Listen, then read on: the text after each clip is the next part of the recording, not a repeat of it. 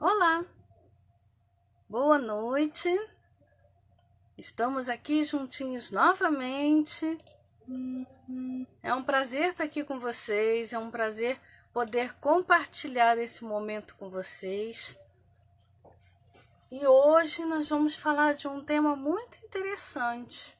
Vamos falar sobre adoção. Vou aguardar um pouquinho as pessoas entrarem. Lia, como sempre, fiel escudeira. Obrigada, querida Rose. Um prazer ter você aqui de novo. Lia, conto com você para divulgar o link, como sempre. Então, hoje nós vamos falar desse tema, adoção, que é um tema muito interessante. Esperar mais um pouquinho, ver se entram mais pessoas.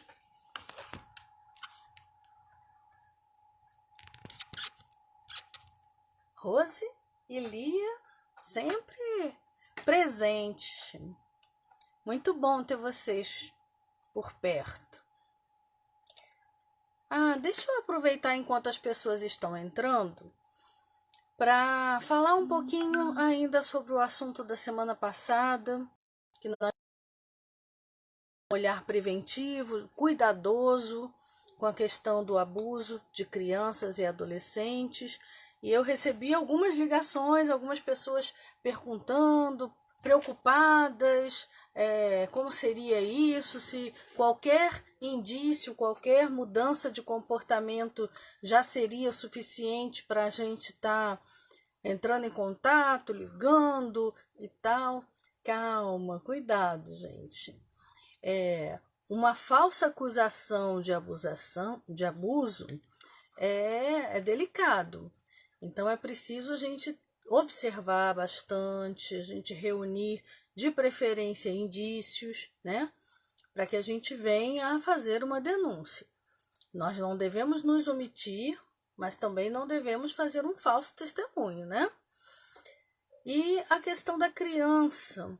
Algumas pessoas entraram em contato preocupadas, que a criança vai ficar traumatizada para o resto da vida. É claro que uma experiência traumática, numa fase ainda em que você está formando uma personalidade, está criando referências, tem seus desdobramentos. Mas há uma coisa boa também. A criança, ela tem muito mais plasticidade, ela tem muito mais capacidade de digerir, de transformar, de ressignificar mesmo as experiências mais difíceis vivenciadas. Então, nós devemos ser cuidadosos, observar sim, ter atenção, mudanças muito bruscas de comportamento, mas devemos ser cuidadosos principalmente quando tentarmos abordar alguma coisa. O ideal é nós deixarmos que essa abordagem seja feita por profissionais. Por que eu estou dizendo isso? Às vezes, na melhor das intenções, a gente vai querer conversar e acabamos colocando elementos. Como essa criança ainda está em formação, como esse adolescente ainda está criando referências, às vezes uma intervenção pouco cuidadosa ou mal colocada da nossa parte pode interferir nesse processo, pode criar elementos que na verdade não existiram, né? Ok. Então, gente, acho que algumas pessoinhas já entraram, Nilza, Darcy, Lia, pode deixar que eu não vou esquecer. A Lia tá pedindo para lembrar, gente, que a nossa live da semana de oração começará hoje às 20h30, tá? Então, para todos, acabou a nossa live aqui, toma um lanchinho e volta, a gordinha falando, né? Toma um lanchinho e volta, 20h30, todo mundo apoiando aí a nossa semana de oração, ok? Bom, vamos para o nosso tema de hoje? Hoje nós vamos falar de adoção. Por que nós estamos nessa semana especificamente falando de adoção? Porque no dia 25 de maio nós comemoramos o Dia Nacional da Adoção. No dicionário, a adoção é dentro do ponto de vista legal, né? Ele é entendido como um ato jurídico pelo qual se estabelece uma relação legal de filiação. Aí a gente está falando de um ato jurídico. Além de um processo legal, a adoção ela predispõe que uma pessoa está acolhendo, deseja que uma outra pessoa se torne parte de sua família. Aí a gente já sai do ponto de vista jurídico, né? Já sai, não. Seria uma visão complementar, digamos assim. Bom, a adoção, ela garante direitos fundamentais a essa criança, ou adolescente, ou mesmo jovens, né? De acordo com o que é estabelecido pela lei do nosso país, na Constituição de 1988, ela determina que é dever da família, da sociedade e do Estado assegurar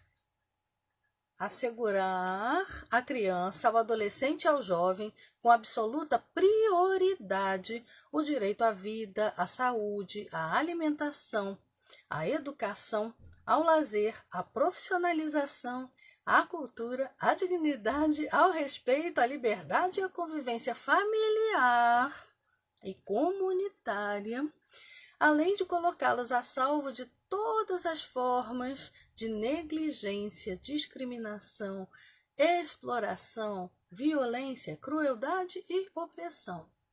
Não é pouca coisa não, né, gente? Quando a gente tem que pensar que esse ato, ele é um compromisso. Que vai além de tudo isso que está descrito na lei. Ele é um compromisso de respeito, ele é um compromisso afetivo, amoroso. Ele requer uma relação de carinho, cuidado, atenção e se dar condições de que aquela pessoa tenha uma vida digna.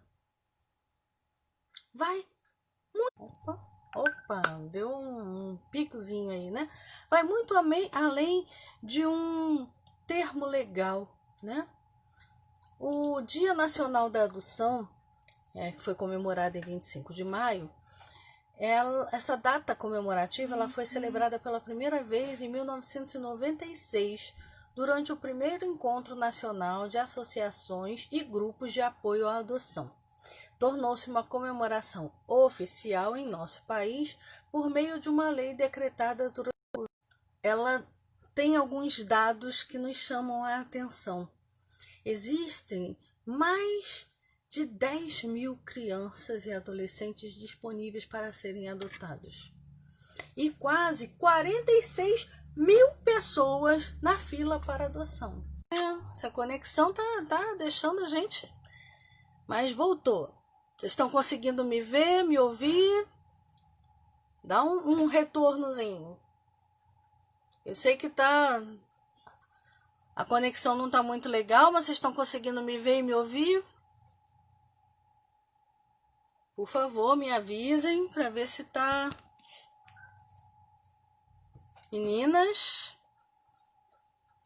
Nelly, Márcia, Nilzilane, Rose, Lindy, vocês estão conseguindo me ver e me ouvir? Como é que tá aí? Darcy, sim? Ótimo. Então, vamos lá. Então, o número de pessoas na fila, se vocês não perceberam, é quase 5 vezes maior do que o número de crianças e jovens disponíveis para adoção. E isso, a cada ano, essa diferença aumenta. Por que será? Vocês já pararam para pensar nisso? Então, essa diferença, ela explica-se em parte, tá? Pelo fato da maioria dos casais, das pessoas que buscam, que estão dispostas a adotar, terem várias exigências, né? E isso torna o processo mais moroso, mais difícil. As exigências mais comuns são preferência por crianças menores de 3 anos, De preferência um bebezinho, né? Bebezinho, melhor de tudo. Sem irmãos, sem problemas de saúde, né? Ou seja, aquela criança perfeitinha. Isso sem falar que prefere-se crianças brancas. Por que será, né, gente? Então, as crianças nesse perfil, elas são em menor número. Sobretudo menores de 3 anos. Aí que menores de 3 anos e sem irmãos, minoria absoluta. E aí a gente vai começando a entender por que essa discrepância, né? Por que essa diferença tão grande. Grande parte das crianças disponíveis para adoção, elas têm mais de 5 anos. E a maioria delas tem irmãos. Isso as torna quase que inelegíveis para a maioria das pessoas que estão nas filas de adoção. Mais uma vez, essas crianças elas não se sentem encaixadas naquele perfil.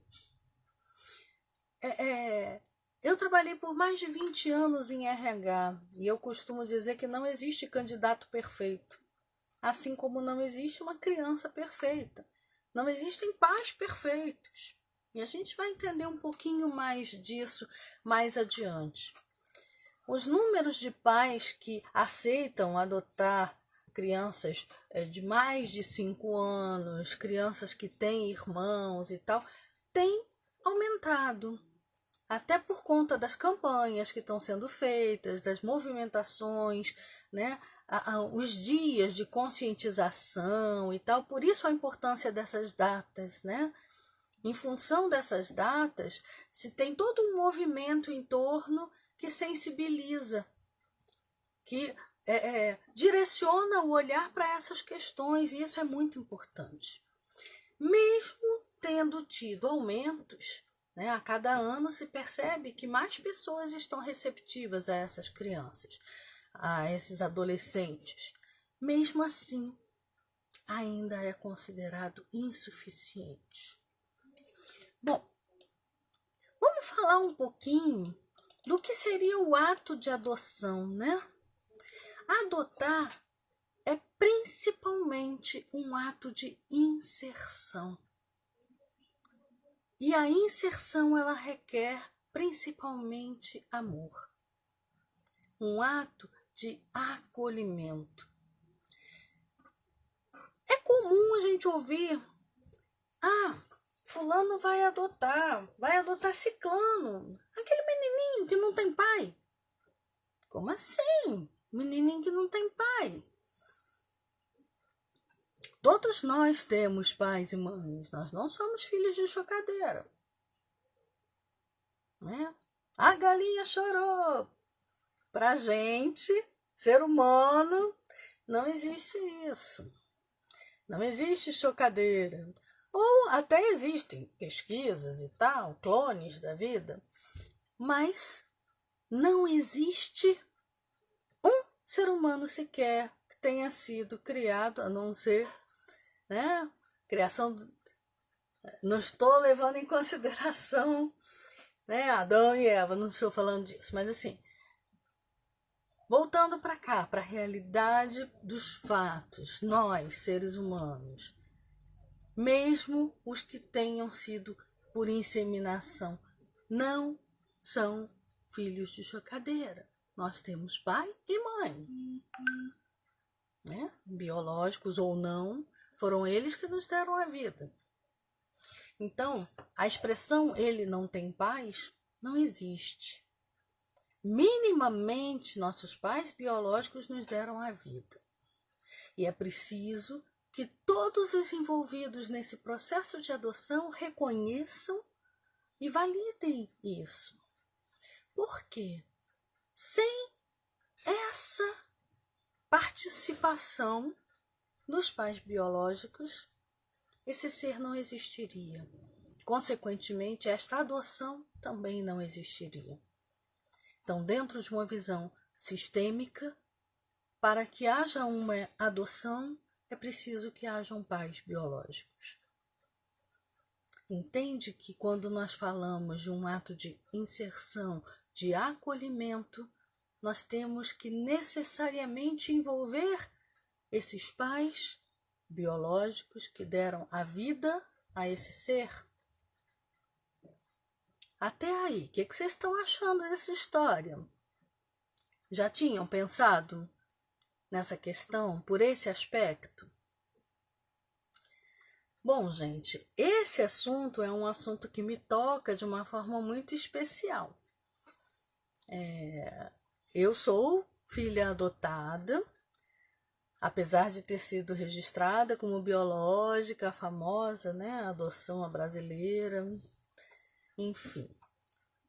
Pula essa parte, até porque isso é crime, né? Então, pula isso. Mas, enfim, eu soube dessa minha adoção com 20 anos de idade no meio de uma discussão. Vocês acham que essa é a melhor forma de alguém que só recebeu amor, que só recebeu carinho? Eu não posso me queixar em momento nenhum de ter sido discriminada, de não ter sido considerada como filha. Precisava, né, ser dessa forma? Não. Então, entendo eu, talvez por experiência própria, mas no meu olhar enquanto pessoa adotada, no meu olhar enquanto profissional da área de saúde mental, penso, acredito firmemente que a pessoa adotada tem o direito de conhecer a sua história, de saber da sua origem. E se não sabe detalhes, né, da sua origem, de conhecer pelo menos o fato de que há pais a serem honrados. Apesar de não serem perfeitos, não nos cabe julgar, né? É preciso, dentro de um processo de adoção, aprendermos a acolher sem julgar. Não nos cabe dizer o que é certo ou errado, se o que aconteceu foi culpa de fulano, culpa de Beltrano, ciclano perdeu a guarda porque foi negligente, nós não calçamos o sapato deles, nós não sabemos as histórias deles, né? Não sabemos o que aconteceu que levou aquela pessoa a ter que abrir mão do seu filho, da sua filha, ter que abrir mão da paternidade, da maternidade, né? Então, é fácil a gente chegar e acusar o outro. Acolher é importante. Não nos cabe julgar a história do outro. Minimamente, aquelas pessoas nos deram a vida. Então, só por isso, a gente já deve trabalhar muito com a gratidão. E se estamos tendo a oportunidade de sermos adotados, mais uma vez é motivo de agradecer, né? Essa postura de exclusão, quando nós excluímos o pai ou a mãe, ou julgamos esse pai e essa mãe que por um motivo ou por outro levaram essa criança à condição de ser adotada, nós estamos excluindo também parte daquela pessoa, daquele ser, né? Uma criança, ela é minimamente 50%, né? Geneticamente, 50% da mãe, 50% do pai, que gera uma misturinha, que não é mais nem o pai nem a mãe, mas é um novo ser. Mas quando renegamos, quando discriminamos, quando julgamos ambas as partes ou uma dessas partes, nós também estamos fazendo com que aquela criança, com que aquele adolescente, com que aquele ser também se veja discriminado, julgado, relegado. Se nós estamos num caminho de adoção, nos cabe um olhar acolhedor para essa história também. Quando honramos a história de cada um estamos integrando esse ser, estamos tornando pertencente a uma história, pertencente a uma família biológica, pertencente